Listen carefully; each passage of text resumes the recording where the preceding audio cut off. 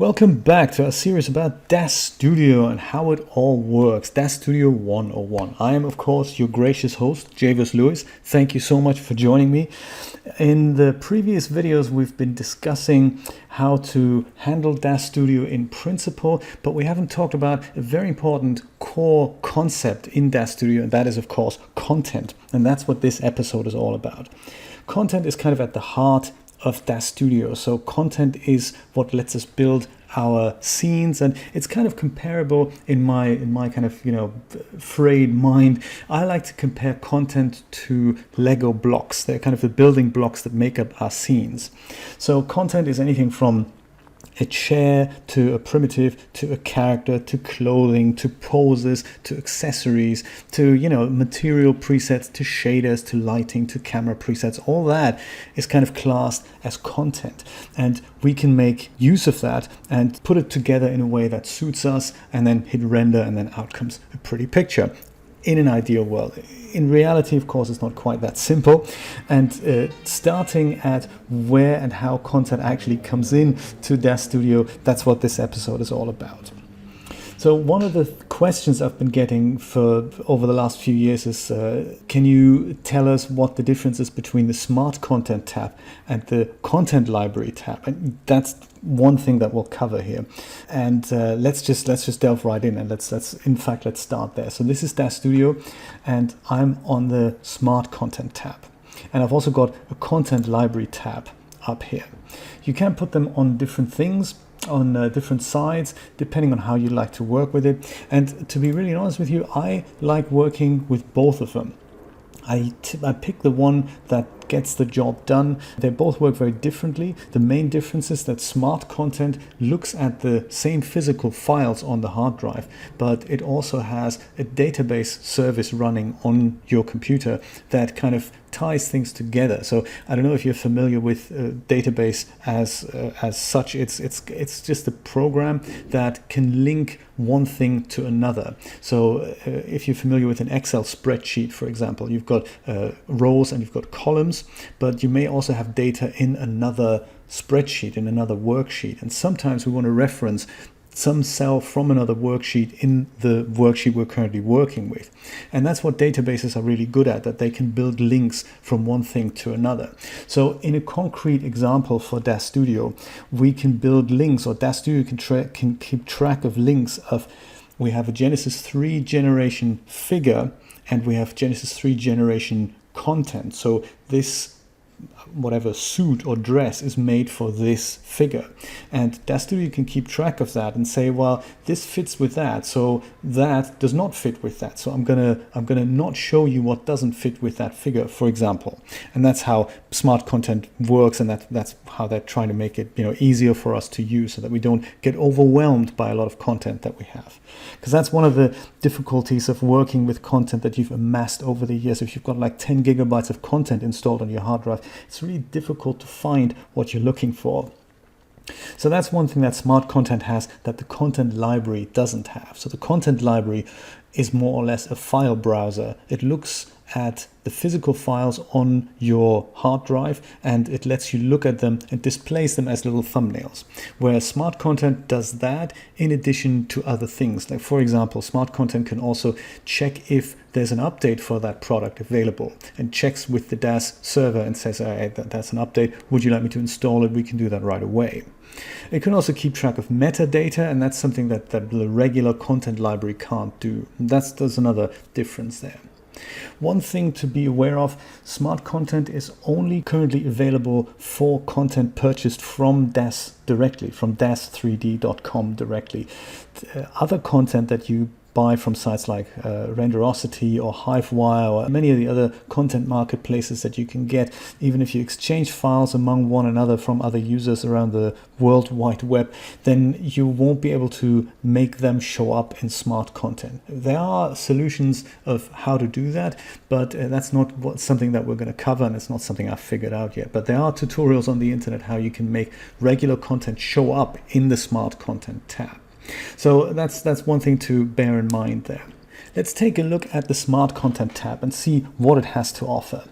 So I'm on it right now, and the first thing that springs to mind is one long list on the left hand side and some thumbnails on the right hand side. And that's fair enough, that's all good here. But we also see something else. We see a tab up here that says products, and we see another one that says files. What's the difference between those? Well, products is and you can see that the categories here on the left hand side are more or less the same between products and files. In fact, they are the same, aren't they? Good thing to point that out, isn't it? So the categories and the contents in the category kind of changes if I switch between products and files. And you may have guessed the difference there is that a product is something that you buy that contains more than one file. So a file, on the other hand, is literally just that one file. So let's take this for example here, the first date scarf. That's under files, under accessories. That's a product that I bought, and it's the first date outfit. And the outfit has a scarf, but it also has a skirt and a dress and maybe a pose and a hair prop and, you know, several material presets and all that. And they would all show up in the regular files here, and I can search for them as well. But the product would show me literally just the first date outfit. So that shows me that everything is combined in there. So if I double click in the products tab onto the first date outfit, then I see that this product comes with accessories, one of which is the scarf. It also comes with material presets, and I can even drill down further here. I get the materials for an accessory, and I get the materials for the rest of the wardrobe. It also comes with a few poses, and there's another thing in wardrobe which is the actual clothing items. So that's just a different way of representing the same thing. One is the actual product that you buy, and it shows you everything that is available in that product. And under files, you can see each and every single file on your hard drive. So that makes it easy to mix and match content and to kit bash, I believe is the word the kids use. I'm not really into the lingo on around the block there, but that's in essence what that is.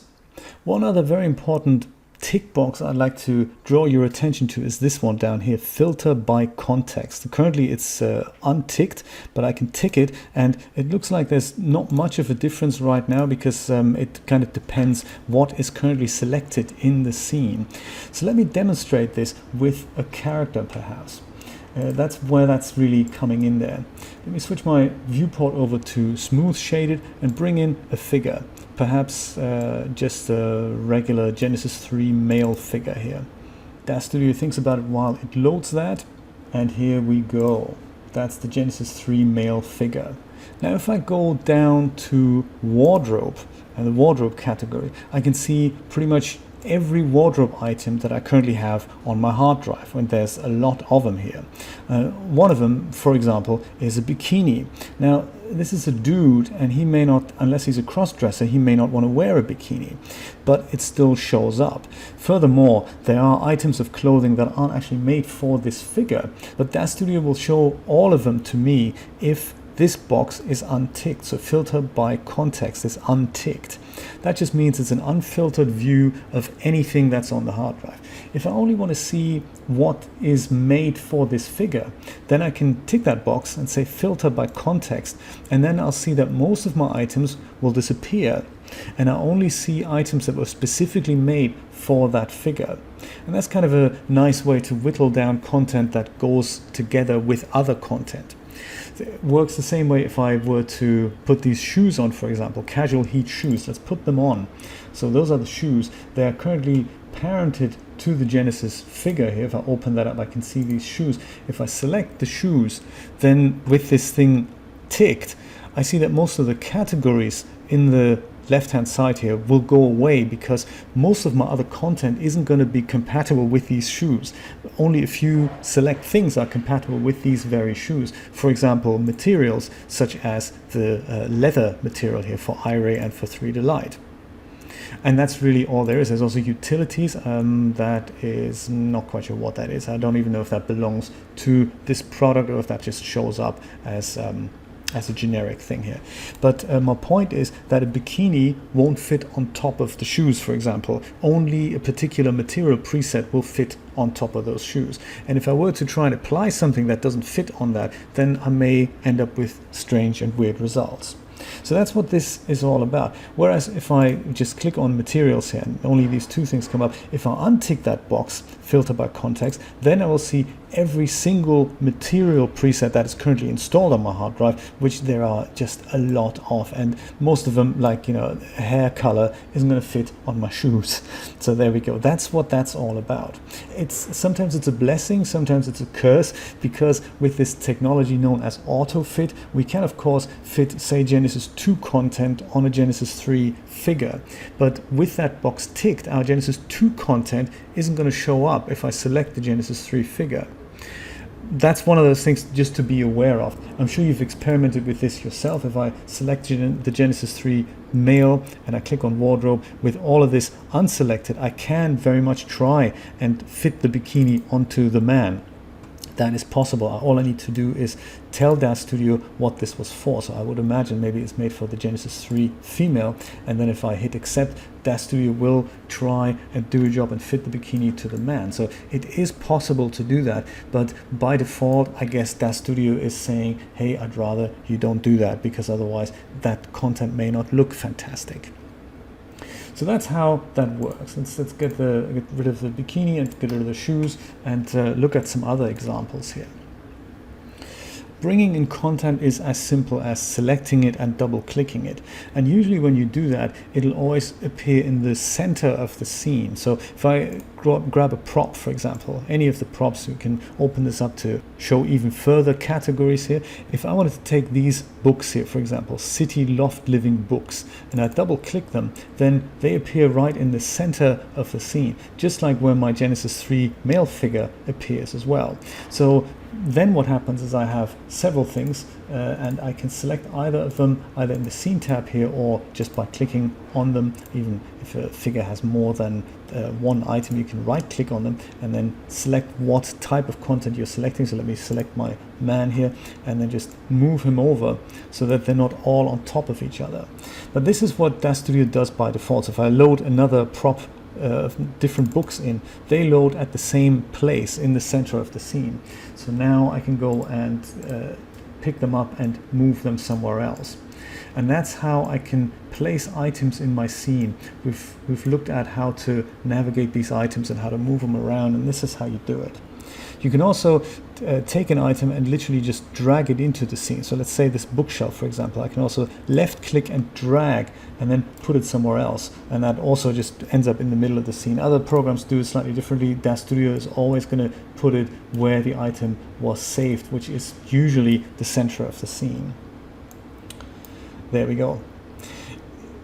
Once you've built your scene, you may find that some items have add-on items. We've already talked about that shoes would fit on a man and the material preset would fit on shoes. So in that case, you select the item that you want to put add-on content to, and then you double click on the item that you want to add something to. So for example, if we select our Genesis male figure here again,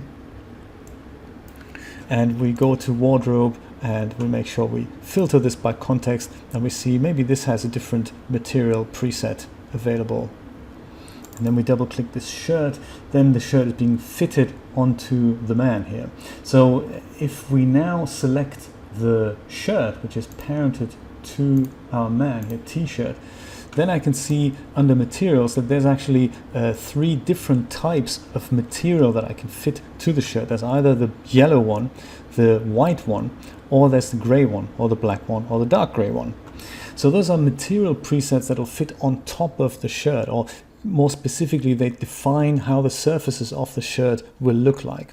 And we have 2 of these because one is often made for the Iray rendering engine and the other one is made for the 3Delight rendering engine. So that's why sometimes items appear twice in your library. In this case, it's kind of good because we can see that MDL, that's the so-called material definition language, and that's what Iray uses. Whereas RSL is the RenderMan shading language, I believe, and that is what 3Delight uses. So that's one thing to tell it apart. Often clothing and content developers, they put the word iRay or 3D Light into their thumbnails or into their file name. That also makes it easy to distinguish what is what. So that's just a heads up. That's why sometimes you see the same type of content twice, and you might think, well, why is that then? So that's smart content in a nutshell. Content library is slightly different. So here in the smart content, if just even with nothing selected and without anything selected here, which is context sensitive. Oh, that's another thing I need to mention. If I have this ticked, filter by context, and I click the Genesis 3 mail, and I'm on materials, then I see that there's different materials for the actual Genesis figure. But look what happens if I open the Genesis figure up and select the shirt. Then under the materials tab here, the options change. So that's another thing that can catch you out. If you're looking for a particular item and you think, I'm sure it's installed, I just don't find it here, then that is sometimes why that is. The filter by context will kind of hide the items that you've got on your mind. So then either untick it or have a think, is this actually, am I selecting the right thing in my scene here? One of those things, good to remember. So that's smart content in a nutshell. Content library works slightly differently because it hasn't got the link to what is currently selected in the scene. It doesn't care what is selected. It's a simple file browser, that's it. And it is very helpful because only here will you find content from other marketplaces that are not DAZ 3D content. So you'll find, this is the confusing bit, you'll find DAZ 3D content in the content library, and you'll find Hivewire and Renderosity and all other content in the content library, but you will only find DAZ 3D content in the smart content tab. Unless it's older content, in which case it's also only in the content library tab. It's confusing, isn't it? I guess one thing to take away from this is if you're absolutely sure that some content is installed, it'll always show up in the content library, regardless of any database shenanigans that may or may not be working on your system. Just one thing to keep in mind. Now, the anatomy of the content library tab is, first of all, that before we even get started with any of this, there are ways of displaying these things, and that's governed by this little context sensitive menu up here. If I switch that on, if I click on that, I have three options at the top here: view as list, view as tree, and view side by side. And that's just a way of how the content is displayed in this whole pane here. So I've got mine set to view as tree, and we'll look at the differences in a moment, just in case you're following along with things you're thinking, that's not what my thing looks like. And one of those things, this is, you may have set it up as list or as side by side. Personal preference. Many ways lead to Rome, isn't that the saying there? So first of all, let's have a look at DAZ Studio formats versus Poser formats. Then there's also other import formats, products and categories. So these are a little bit akin to what we've just seen in the Smart Content tab, products and categories. So I'm not going to cover those again. Other import formats we're going to completely ignore, pretend it's not there, because I have no idea what it is or what it does. And I think in over 15 years of using DAZ Studio, I have never used other import formats. Perhaps I'm losing out, I don't know. Anyway, so there's DAZ Studio formats and there's Poser formats.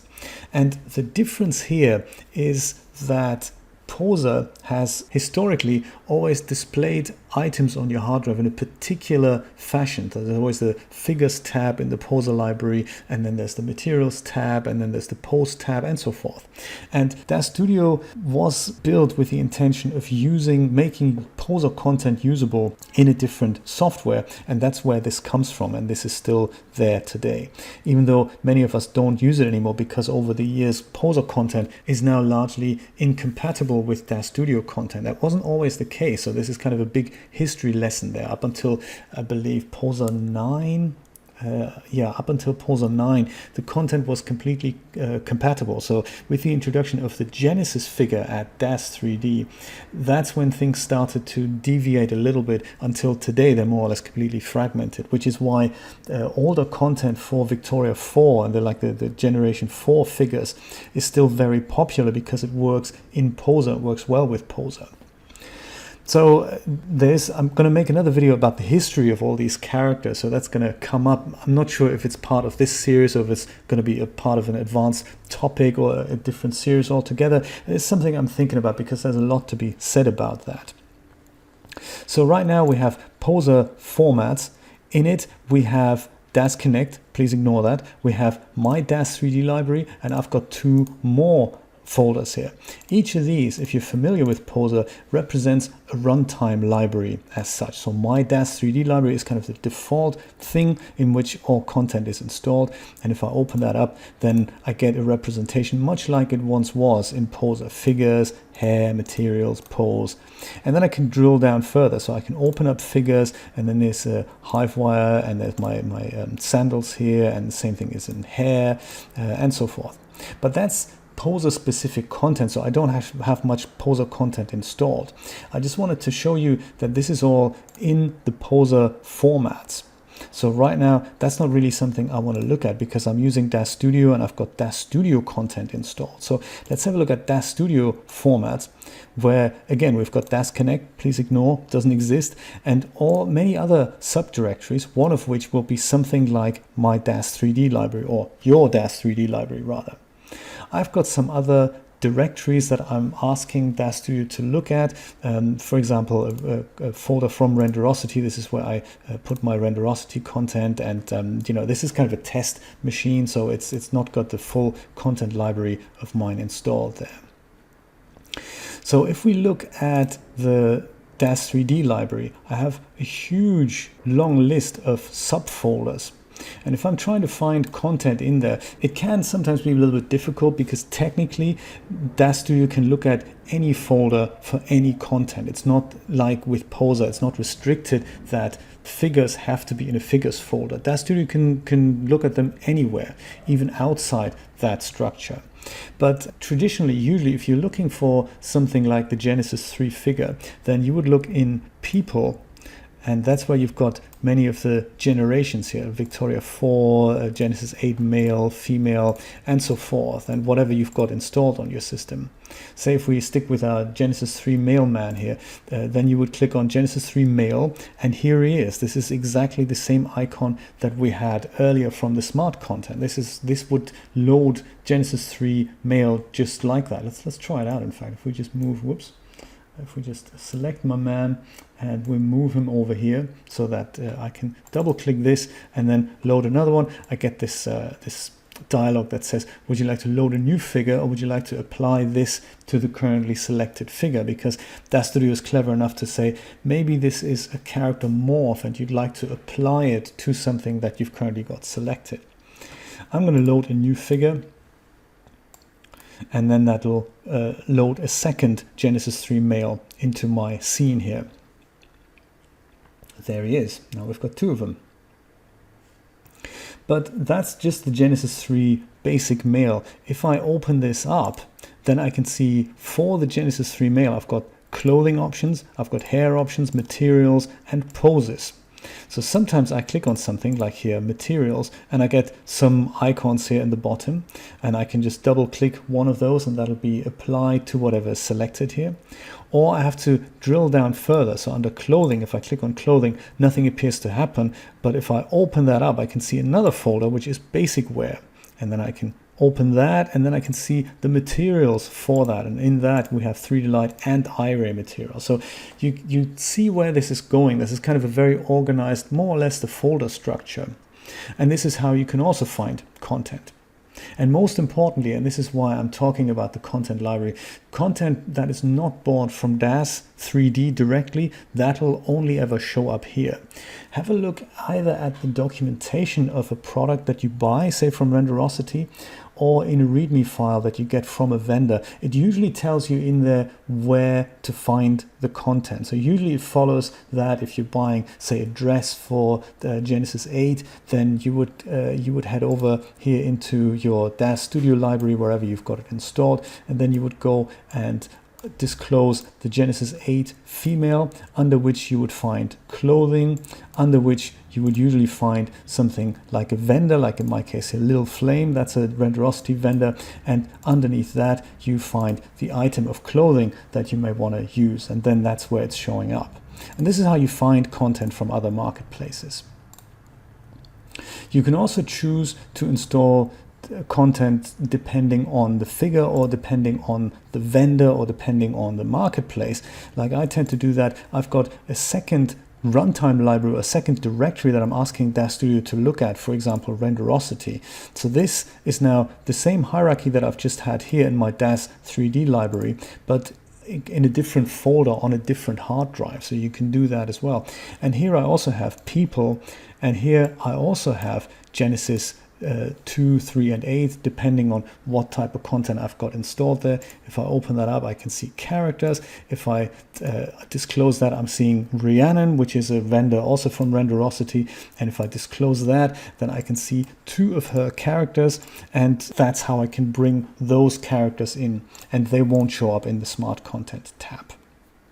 To finish this off, let's just quickly have a look at, actually 2 things. One thing is, I've mentioned before that it depends on how you've set this little context menu up, how this whole content library thing displays itself. So on here, I'm currently using view as tree because I think that's the most palatable option for me. But if I say view as list, then I can see that I've got the whole folder hierarchy here, much like on the Windows Explorer, on the Mac Finder. I can just display this whole thing left to right, so each directory appears next to one another. So that's another thing how I can display this, and if that's something I want to use instead, then I can do that. Or I can use the side-by-side view, which then opens this up like that. So if you wanted to see the thumbnails literally to the right of this, that's also a nice idea. You can also just open that up a little bit wider here, make this one a little bit thinner, and then you see more thumbnails here. So this is another way of displaying your content. One final thing to finish this off: the amount of directories that you can add to DAZ Studio. I believe we've spoken about this before. I just wanted to hone this back in just in case you've forgotten, as a friendly reminder. Where do I map additional directories to DAZ that I'd like DAZ to look at, both for Poser and for DAZ content? And this is how you do that. There's 2 ways of doing it, 2 ways that I know of. Maybe there's a third way, I don't know. So one way is indeed this mysterious context-sensitive menu over here. If I click on that, then at the bottom here somewhere, I get the Content Directory Manager. And this is the magic thing that if I click that, then a window opens up in which I can see the directories here. The current directories that I've got is DAZ Connect Data, which is kind of mysterious, ignore that. Then we have DAZ Studio formats and we have Poser formats here. And this is tiny, but if you open that up, then you can see what directories I've currently mapped and where on my drive they are. And I've got the same thing for Poser content here.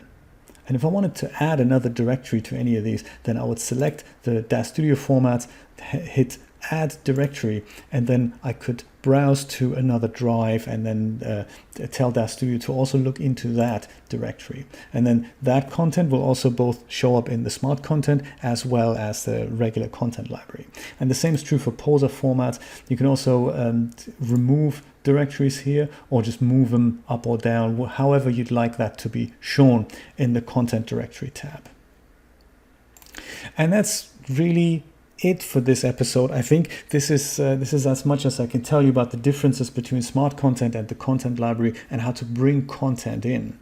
Join me for future episodes in this series in which we're going to learn more about lighting and cameras, and then the mysterious render button and how to actually get a picture out of DAZ Studio rather than, playing around in it. That's all fair and square, but how do we actually make pictures with DAZ Studio that look palatable and not bland and boring?